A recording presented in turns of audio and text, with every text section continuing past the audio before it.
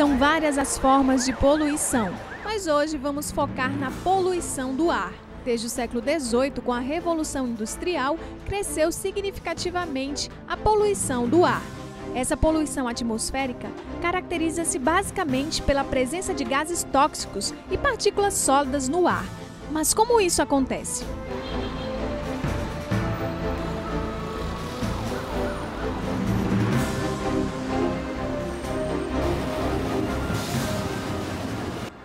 Cerca de 7 milhões de automóveis circulam pelas ruas de São Paulo e, além da poluição sonora que eles provocam, são eles, os veículos, os principais responsáveis pela poluição do ar. Isso afeta muito no caso das árvores, desmatamentos, tudo isso incomoda, ajuda com que a poluição aumente. Mas aqui a gente já consegue porque já está acostumado com isso, é o dia a dia. O principal motivo da poluição do ar em São Paulo é o trânsito. E respirar esse ar todos os dias pode provocar problemas sérios de saúde. Existe uma série de aspectos que podem ser influenciados pela poluição, né? Mas as principais são as doenças cardiovasculares e pulmonares. Essas são as principais, principalmente ainda dentro dessas as pulmonares. O ar, o frio, essa mudança de clima, uma hora tá calor, uma hora tá frio, influencia muito. Não, os carros atrapalham muito, né? Com a poluição. Então eu acredito que isso já é um motivo da criança ter essa bronquite. Geralmente as pessoas sentem alguma diferença, principalmente nessa época do inverno, porque como chove menos, a poluição ela é dispersa de uma maneira menos eficiente na atmosfera. Esse mal é quase invisível. As partículas mais comuns podem ser 6 vezes mais finas do que um fio de cabelo. O nariz tem pelos para barrar a entrada de sujeira no corpo. Mas esse pó tóxico é tão forte que fica difícil de filtrar. Resultado, ele vai direto para o pulmão. Esse tipo de poeira penetra desde aqui, da garganta, traqueia, até as partes mais periféricas dos pulmões, né? E isso proporciona um processo inflamatório pulmonar, né?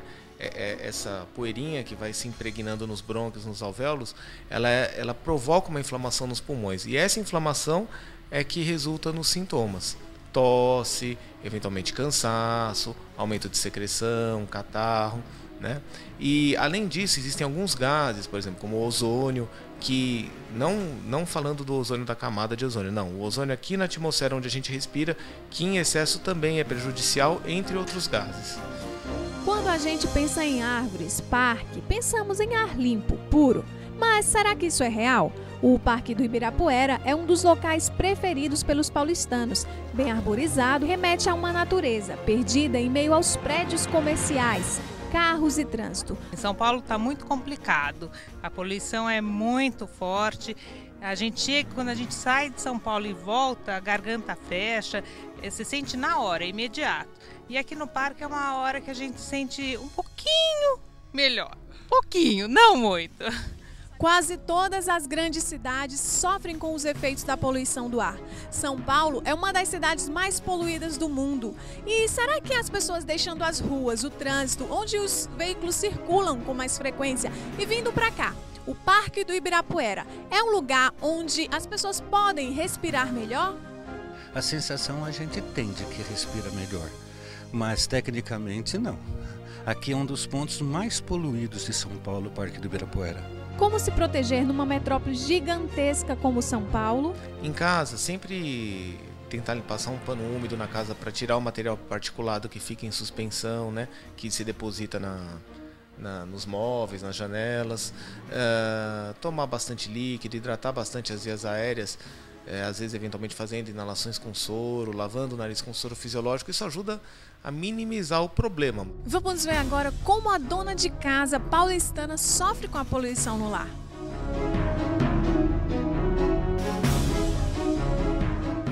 Nós estamos na sala da casa da Cida, aqui no lugar onde se acumula muita poeira. Cida, como é lidar com esse pó preto que a gente tira da estante, que toda hora está aqui fazendo parte, né, da sua decoração?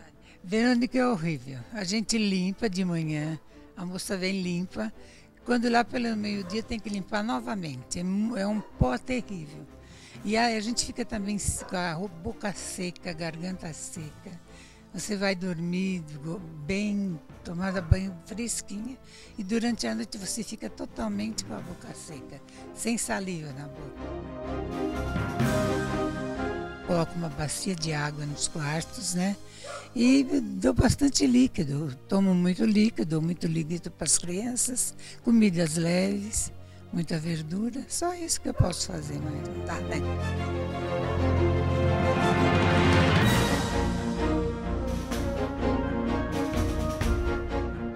E agora nós estamos com a Dona Vera, que mora numa avenida super movimentada de São Paulo. Vamos ver como ela enfrenta a poluição, já que tantos carros, tanta movimentação de frente à sua casa. Essa poluição lhe atinge, Dona Vera? Não falando só de dentro de casa, que o pó é incrível, você acaba de limpar, você percebe o pó caindo em cima dos móveis que fica na casa, principalmente na rua. Eu gostaria de enfatizar o problema, não só a causa, mas também a solução, que seria ônibus que polui demais, e nós temos a linha de ônibus elétrica, que é uma coisa que não polui. Eu gostaria muito de chamar a atenção para essa parte.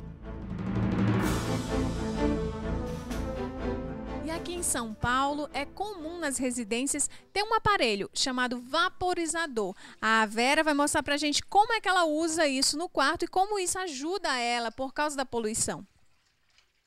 Eu coloco a água e a gente liga na tomada e sai um vapor bem que dá uma umidade no quarto. Por causa do tempo seco, com a poluição, prejudica muito a respiração. E ele ajuda bastante.